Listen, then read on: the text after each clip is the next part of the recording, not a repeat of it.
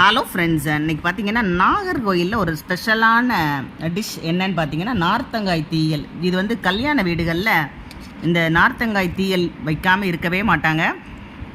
பொதுவாக அந்த நார்த்தங்காய் வந்து நம்மளுடைய இரத்தத்தை சுத்தப்படுத்தக்கூடியது, வயிற்றுப்புண்களை ஆற்றக்கூடியது, வயிற்று பூச்சிகளையும் அழிக்கக்கூடியது, பித்தத்தை தணிக்கக்கூடியது, நிறைய நல்ல விஷயங்கள் இருக்குங்க. சிறுநீரக கற்களை கரைக்க உதவும். அதனால் அந்த நார்த்தங்காயை வந்து நீங்கள் மிஸ் பண்ணவே செய்யாதீங்க. ரொம்ப ரொம்ப ஒரு கசப்பு சுவை வாய்ந்த ஒரு உணவு இல்லையா?